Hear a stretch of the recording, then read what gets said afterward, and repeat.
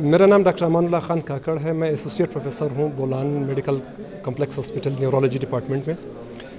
मैं इस इवेंट का ऑर्गेनाइज़र हूँ। आप लोगों को पता है कि दुनिया में वर्ल्ड ब्रेन डे दिमाग की आगाही का दिन के तौर पे मनाया जाता है 22 जुलाई को।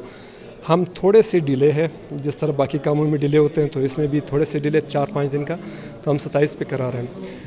दुनिया में ये दिन इसलिए मनाया जाता है कि तमाम लोगों को, जितने भी इलाके के लोग हैं, जिस मुल्क के लोग हैं, जिस दुनिया के लोग हैं, उनको दिमाग की बीमारियों के बारे में थोड़ा आगाही दे सकें। ख़ासकर फालज, मिर्गी, सर दर्द, मल्टीपल स्क्लेरोसिस, मोमेंट डिसऑर्डर्स यानी राशे की बीमारी हो, और बच्चों की बीमारियां जैसे सेरेब्रल पाल्सी हो, ऑटिज़म हो, इन बीमारियों के बारे में।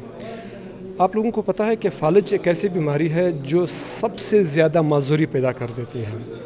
और अगर आप पाकिस्तान के स्टेटिस्टिक्स ले लें, पाकिस्तान में तकरीबन 1000 से ज़्यादा लोगों को फालज डेली रोज़ाना होता है, और उसमें आप लोग यकीन नहीं कीजिएगा कि उसमें से 400 के करीब लोग रोज़ाना फालज से मरते हैं, और अच्छे खासे काम करने वाले एकदम माजूर हो जाते हैं। और आधे सर का दर्द या माइग्रेन जिसको बोलते हैं, उससे लोग इतने मुतासिर होते हैं कि वो अपने काम पे नहीं जा सकते हैं, और बहुत से कम दवाओं से और बहुत से कम चेंजेस से हम उनकी वो जो काम पे न जाने की बात है उसको हम लोग रोक सकते हैं। इसी तरह फालज के बारे में अगर हम लोग अच्छी तरह आगाही देते हैं कि फालज होता क्यों है, फालज के कुछ रिस्क फैक्टर्स हैं जिसको हम लोग काफ़ी हद तक रोक सकते हैं, जैसे ब्लड प्रेशर है, शुगर है, स्मोकिंग है, ओबेसिटी है, सेडेंटरी लाइफस्टाइल है।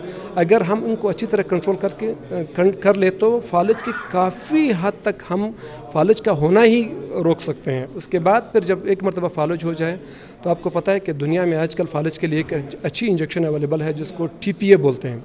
TPA उन मरीज़ों को लगता है जिनके दिमाग में रगे या शरियानें बंद हो जाती हैं।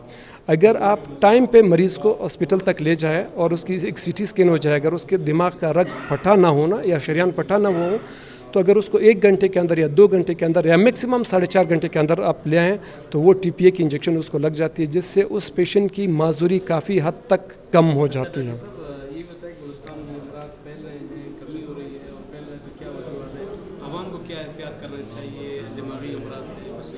मेरा अपना एक वो है कि जिस तरह दुनिया में जिस तरह इन बीमारियों के रिस्क फैक्टर्स हैं, वजूहात है, तकरीबन हमारे यहाँ भी वही वजूहात है।